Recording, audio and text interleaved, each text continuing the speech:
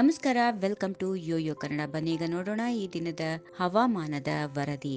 ದೇಶದಲ್ಲಿ ಮತ್ತೊಮ್ಮೆ ದಿಢೀರಂತ ಹವಾಮಾನ ಬದಲಾವಣೆ ಆಗ್ತಾ ಇದ್ದು, ಚಳಿಯ ಜೊತೆಯಲ್ಲಿ ಮಳೆ ಆಗುವ ಸೂಚನೆಯನ್ನ ಹವಾಮಾನ ಇಲಾಖೆ ನೀಡಿದೆ. ಬೆಂಗಳೂರು ಸೇರಿದಂತೆ ರಾಜ್ಯದಲ್ಲಿ ಇನ್ನೆರಡು ದಿನ ಭಾರೀ ಚಳಿ ಇರಲಿದೆ. ರಾಜ್ಯದ ಕೆಲವು ಜಿಲ್ಲೆಗಳಲ್ಲಿ ಚಳಿಯ ಜೊತೆ ಮಳೆಯೂ ಇರಲಿದೆ. ಆದರೆ ಮಳೆ ಸಾಧ್ಯತೆ ಕಡಿಮೆ ಎಂದು ಹವಾಮಾನ ಇಲಾಖೆ ತಿಳಿಸಿದೆ. ಸದ್ಯ ಮುಂದಿನ 24 ಗಂಟೆಗಳಲ್ಲಿ ಉತ್ತರ ಹಾಗೂ ದಕ್ಷಿಣ ಒಳನಾಡಿನಲ್ಲಿ ಚಳಿ ಹೆಚ್ಚಾಗಿದ್ರೆ, ಮಲೆನಾಡು ಸೇರಿದಂತೆ ಒಳನಾಡಿನ ಕೆಲವು ಕಡೆಗಳಲ್ಲಿ ಮಳೆಯ ಸಿಂಚನವಾಗಲಿದೆ. ಇನ್ನು ಕರಾವಳಿಯಲ್ಲಿ ಶುಷ್ಕ ವಾತಾವರಣವೇ ಮೇಲುಗೈ ಸಾಧಿಸಲಿದೆ. ದಕ್ಷಿಣ ಒಳನಾಡಿನ ಮೈಸೂರು, ಮಂಡ್ಯದಲ್ಲಿ ಲಘು ಮಳೆಯಾಗಲಿದೆ. ಮಲೆನಾಡಿನ ಕೊಡಗು, ಹಾಸನ, ಚಿಕ್ಕಮಗಳೂರು ಈ ಜಿಲ್ಲೆಗಳಲ್ಲಿ ಲಘು ಮಳೆಯ ಸಂಭವ ಇದೆ. ಕರಾವಳಿಯ ದಕ್ಷಿಣ ಕನ್ನಡದಲ್ಲೂ ಮಳೆಯ ಮುನ್ಸೂಚನೆಯನ್ನ ನೀಡಲಾಗಿದೆ. ಉಳಿದಂತೆ ಒಣ ಹವೆ ಮುಂದುವರಿಯುವ ಸಾಧ್ಯತೆಗಳಿವೆ. ಕರಾವಳಿಯ ಉತ್ತರ ಕನ್ನಡ, ಉಡುಪಿಯಲ್ಲಿ ಶುಷ್ಕ ವಾತಾವರಣ ಇರಲಿದೆ. ಜೊತೆಗೆ ಉತ್ತರ ಒಳನಾಡಿನ ಬಾಗಲಕೋಟೆ, ಬೆಳಗಾವಿ, ಬೀದರ್, ಧಾರವಾಡ, ಗದಗ, ಹಾವೇರಿ, ಕಲಬುರಗಿ, ಕೊಪ್ಪಳ, ರಾಯಚೂರು, ವಿಜಯಪುರ ಜಿಲ್ಲೆಗಳಲ್ಲಿ ಒಣ ಹವೆ ಇರಲಿದೆ. ದಕ್ಷಿಣ ಒಳನಾಡಿನ ಬೆಂಗಳೂರು ಗ್ರಾಮಾಂತರ, ಬಳ್ಳಾರಿ, ಚಿಕ್ಕಬಳ್ಳಾಪುರ, ಚಿತ್ರದುರ್ಗ, ದಾವಣಗೆರೆ, ಕೋಲಾರ ಹಾಗೂ ರಾಮನಗರ, ತುಮಕೂರದಲ್ಲಿ ಕೂಡ ಒಣಹವೆ ಮುಂದುವರಿಯುತ್ತದೆ. ಇನ್ನು ಡಿಸೆಂಬರ್ 22-23 ನಡುವೆ ಪಶ್ಚಿಮ ರಾಜಸ್ಥಾನ್, ಉತ್ತರ ಪಂಜಾಬ್ ಮತ್ತು ಉತ್ತರ ಹರಿಯಾಣದಲ್ಲೂ ಲಘು ಮಳೆಯಾಗುವ ಸಾಧ್ಯತೆಗಳಿವೆ ಎಂದು ಹಿಮಾಚಲ ಪ್ರದೇಶದ ಪರ್ವತ ಪ್ರದೇಶದಲ್ಲಿಯೂ ಮಳೆ ಆಗಲಿದೆ